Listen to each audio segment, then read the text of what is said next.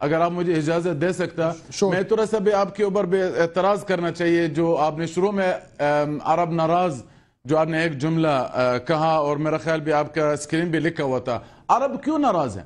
عرب کو بتا ہے, عرب حکمران کو بتا ہے, عرب حکومت کو بتا, عرب عوام کو بھی بتا, پاکستان اور کسی اور ملک اپنا مفاد کے لیے سوچتا ہے اور اپنا مفاد کے لیے کام کرتا ہے.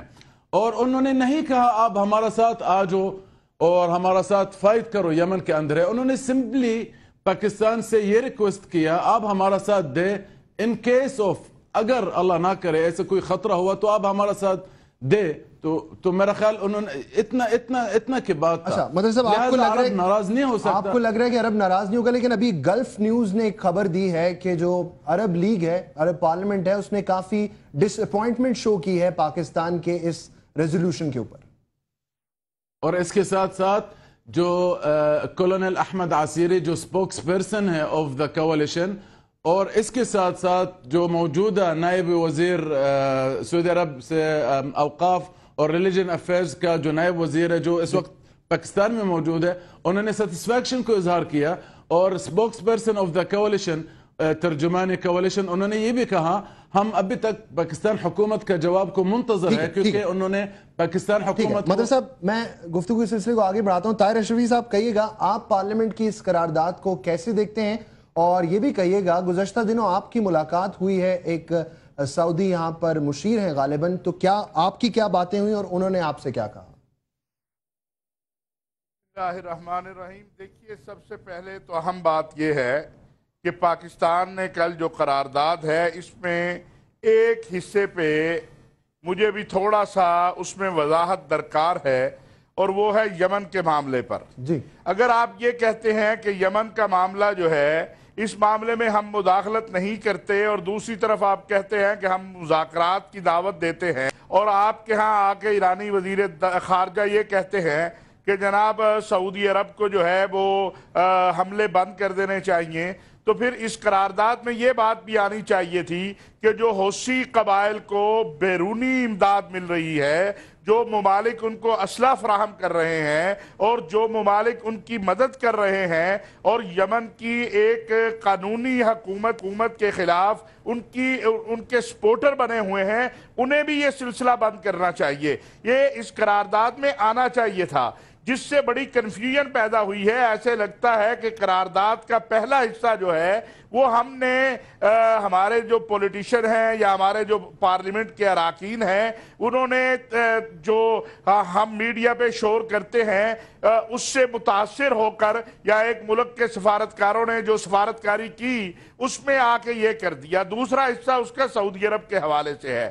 تو ابھی تک ہماری وزارت خارجہ یہ وضاحت نہیں کر پائی کہ اگر یہ حوثی جو ہیں جو یہ کہہ رہے ہیں کہ ہم حرمین شریفین اور سعودی عرب پر حملہ کریں گے اور وہ سعودی عرب کے اندر تخریبی کارروائیاں شروع کر دیتے ہیں, یا ایک عالمی دہشت گرد تنظیم کے سربراہ نے جو سعودی عرب کو دھمکی دی ہے وہ حملہ آور ہو جاتے ہیں, تو پھر پاکستان کہاں کھڑا ہوگا؟ اس کی وضاحت ہونی بڑی ضروری تھی. اچھا طاہر اشرفی صاحب آپ یہ کہہ رہے ہیں کہ اس قرارداد میں ٹروپس بھیجنے کے حوالے سے کوئی واضح بات نہیں لکھی ہوئی, صرف یہ لکھا ہے کہ اگر ان کی سالمیت کو خطرہ ہوا تو ہم ان کے شانہ بشانہ کھڑے ہوں گے.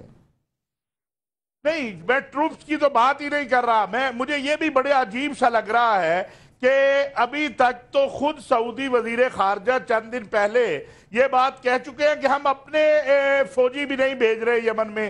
جب سعودی عرب کے اپنے فوجی یمن میں نہیں جا رہے تو پاکستان کے فوجی کیسے یمن میں چلے جائیں گے؟ وہ ایئر سٹرائکس پہ تو ہیلپ مانگ رہے ہیں نا. دیکھیے ابھی جو گزارش میری عرض سن لیجئے, ابھی یمن کے اندر کسی ملک کی فوج گئی نہیں. جب سعودی عرب کی اپنی فوج نہیں جا رہی تو ہم تو بڑی دور بیٹھے ہوئے ہیں. اس قرارداد میں یہ بات بڑی کلیئر آنی چاہیے تھی کہ کسی بھی ملک کو یہ اختیار نہیں ہونا چاہیے, کسی بھی ملک کو یہ اختیار نہیں دیا جا سکتا کہ وہ کسی ملک کی اپوزیشن کو یا کسی ملک کے ایک گروہ کو جو ہے وہ فنڈنگ شروع کر دے, اس کو اسلحہ دینا شروع کر دے, اور اس ملک کے اندر جو ہے دوسرے جو اس کے مخالفین ہیں ان کا قتل عام شروع کر دے. جہاں تک سعودی عرب کو خطرے کی بات ہے تو کیا ابھی گزشتہ ایک ہفتے کے دوران 2 سعودی پولیس کے لوگ ریاض میں جس طرح ٹارگٹ کیے گئے, پھر اس کے بعد 2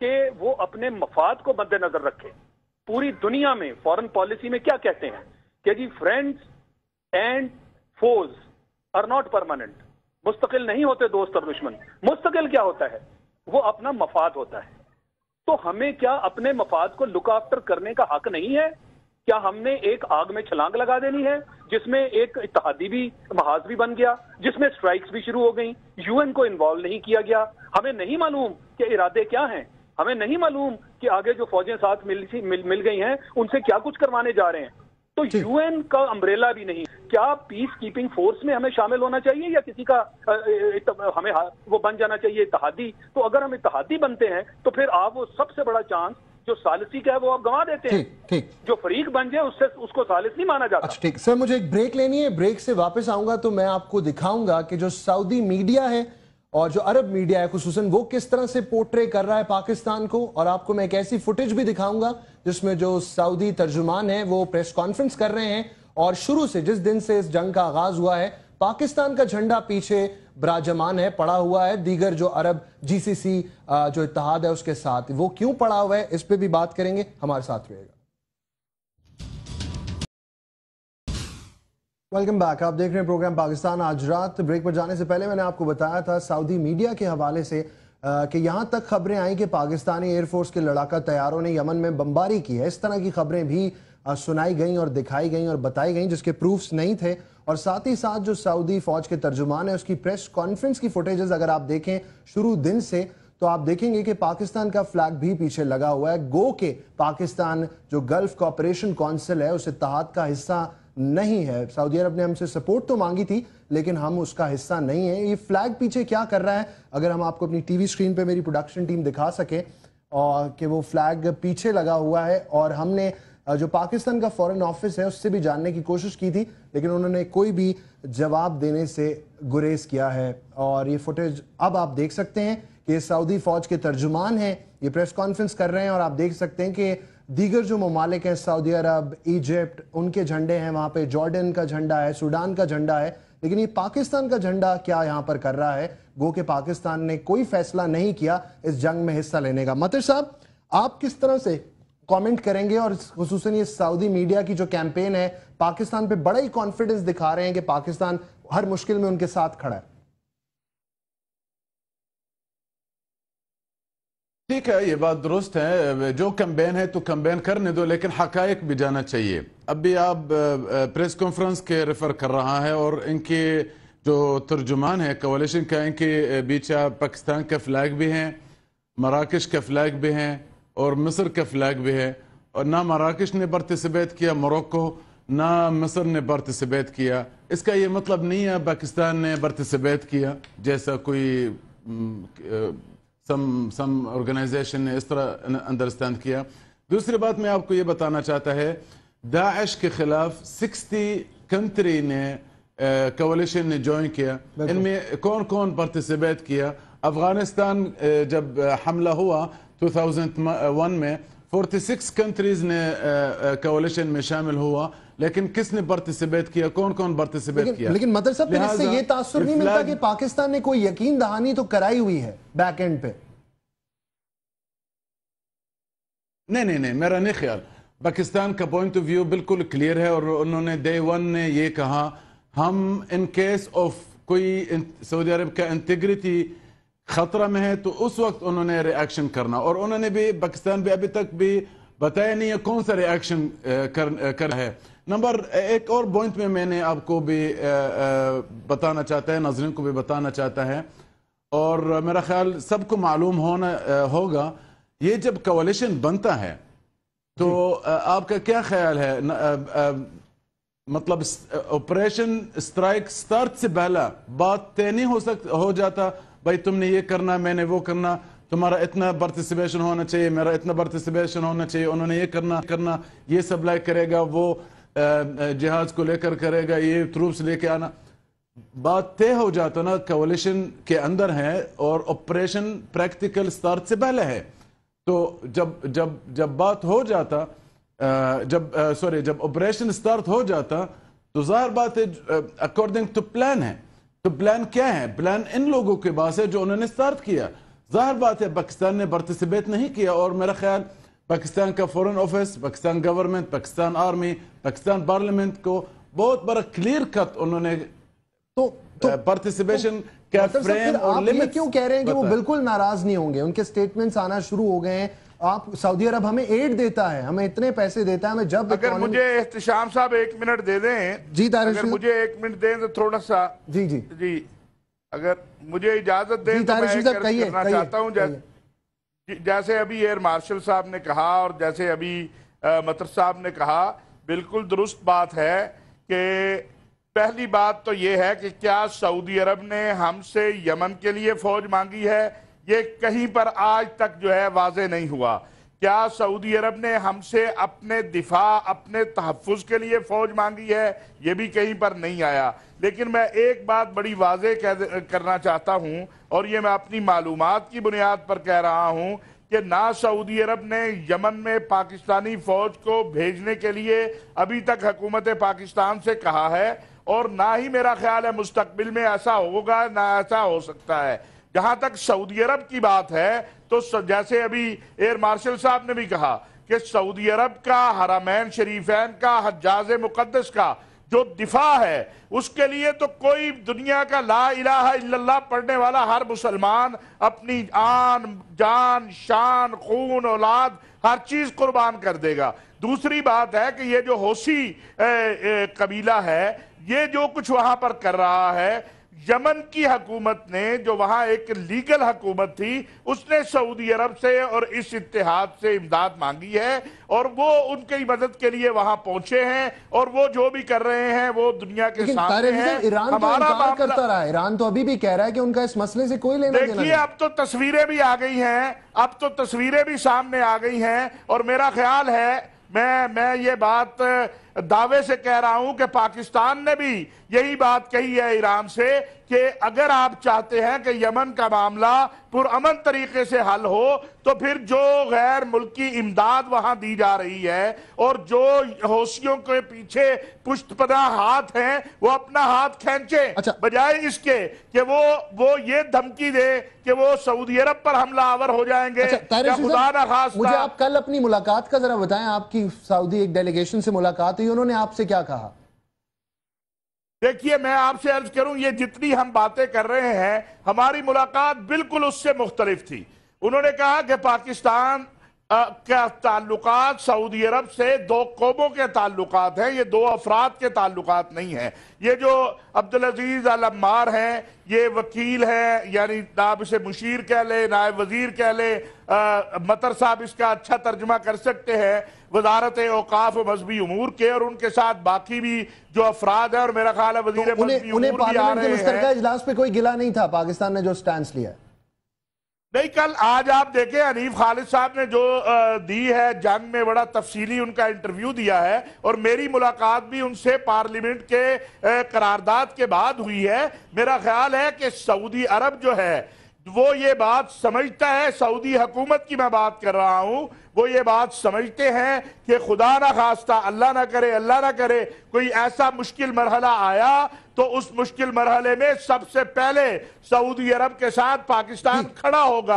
لیکن جیسے ابھی ایئر مارشل صاحب نے کہا، بڑی ضرورت اس بات کی ہے کہ ہماری وزارت خارجہ اس بات کی وضاحت کرے تاکہ جو بیچارے پاکستانی گلف میں بیٹھے ہوئے ہیں، اور یہ ضروری نہیں ہے کہ حکومت کہے، ایک اینگر پیدا ہو رہا ہے وہ ختم ہو کہ ہم نے کس چیز سے انکار کیا ہے، کس چیز کا اقرار کیا. اس قرارداد کو تو اپریشیٹ کرتے ہیں، اوورآل آپ پاکستان کی فورن پالیسی کو کیسے دیکھتے ہیں؟ عراق ایران جنگ سے لے لیں، پاکستان اس میں فریق نہیں بنا تھا، اس کے بعد سیریا عراق کرائسس لے لیں، پاکستان مذمتی بیانات دیتا رہا، لیکن مشرق وسطیٰ کی صورتحال میں پاکستان نے کبھی ڈائریکٹ انٹرفیئر نہیں کیا. اور ابھی یہ جو ریزولوشن ہے، پھر آپ بھی یہی ان شارٹ کہنا چاہ رہے ہیں کہ اس سے کوئی ہمارے تعلقات پہ زیادہ فرق نہیں پڑے گا؟